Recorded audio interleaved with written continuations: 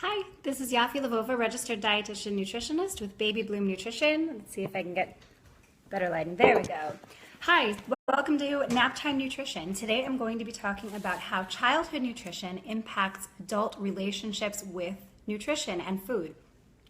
So first I'm going to ask you some questions. Do you ever feel guilty after meals and snacks? Do you use food to cover up emotion and stress? Do you stop eating because you think you should stop eating versus what your body's telling you? Do you restrict food or food groups in order to lose weight? Do you label foods as good or bad? Healthy, not healthy? Do you graze all day? Do you snack? Do you sit down to have meals? Do you reward yourself with food? Do you make food choices based on foods you enjoy? Well, are you preoccupied with food? Do you think about it all the time? Are you constantly thinking what you should do, what you shouldn't do, when you're going to start your next diet? I can do better tomorrow. I could have done better than this. Are you aware of your current exact weight? Are you currently on a diet? All of these are questions. If you answer yes to most of these questions, you might have a tumultuous relationship with food. Let's put it that way. Most Americans have. Daniel is sitting here telling me all about how his relationship with food is. So a lot of people have a bad relationship with food. And the thing is that it can start from childhood. Well-meaning parents can really be very involved in their child's nutrition. And it's been proven that the more interactive an adult is with their child's nutrition, the more the child is actually at nutrition risk. That starts from the breast or the bottle. When you decide rather than letting your child decide when they're hungry and when they're full and when they've had enough, it takes over for them listening to their body signals. Okay. All right, someone wanted to join me. So in order to make sure that your child has a healthy relationship with food as an adult and isn't preoccupied with food, isn't preoccupied with the scale, is comfortable in their own body and is able to enjoy the food that they've chosen to eat, you need to encourage weight neutrality. And this is a fairly new term. Yeah, he likes it. This is a fairly new term. What is weight neutrality? It is having no value associated with a change in weight. It means when you make choices on what to eat, what to buy, what you're going to be making for that week, you're not concerned about how it's going to affect your waistline. You're concerned maybe about how it's going to affect your energy levels, your sleep quality, your enjoyment, social aspects. There are a lot of different ways to look at food, but weight neutrality is when your focus is not on the scale when you're making your food choices. You're focusing on other things, and this is going to save your sanity.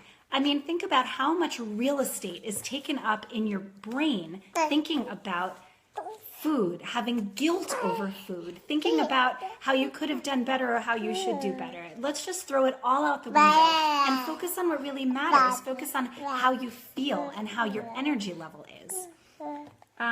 It also saves money. Think about how much money you spend on diet plans, how much money you spend on unused gym memberships, or what have you.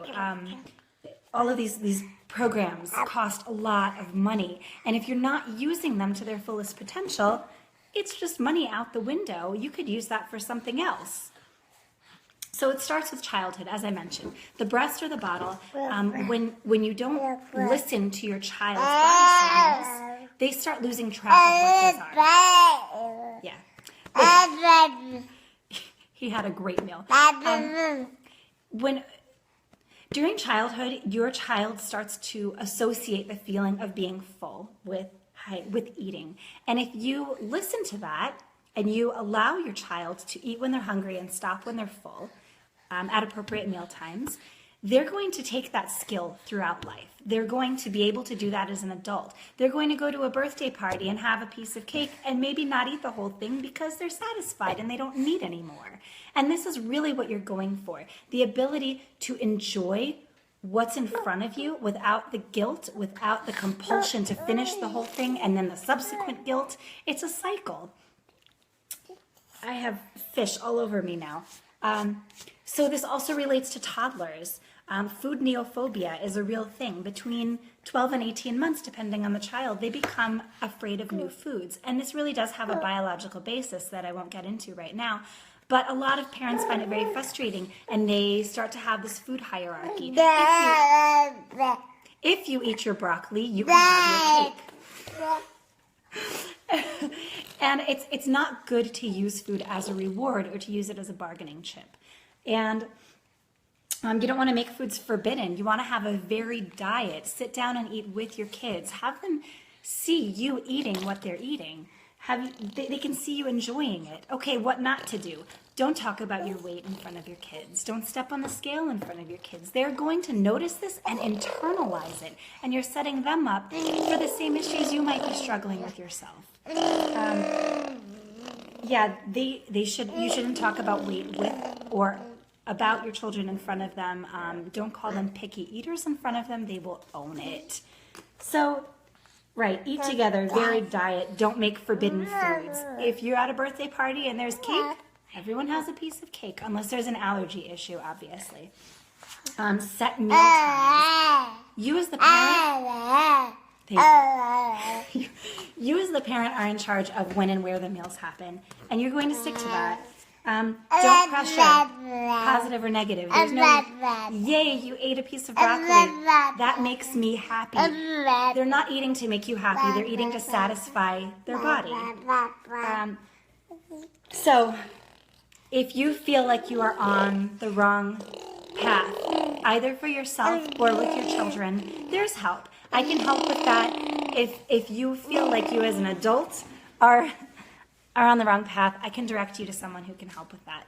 So contact me. Come to Toddler Test Kitchen, learn how to cook with your kids. Find me on Pinterest, pinterest.com/Yaffi. Facebook, you're already on it. Instagram, babybloomnutr. And I do personal and small group counseling, so contact me. And my subject for Nighttime Nutrition for next week is fat. Let's get oiled up. I hope to see you next week. And if you have any comments, questions, or ideas for next topics, please feel free to comment below. Thanks, and see you next week.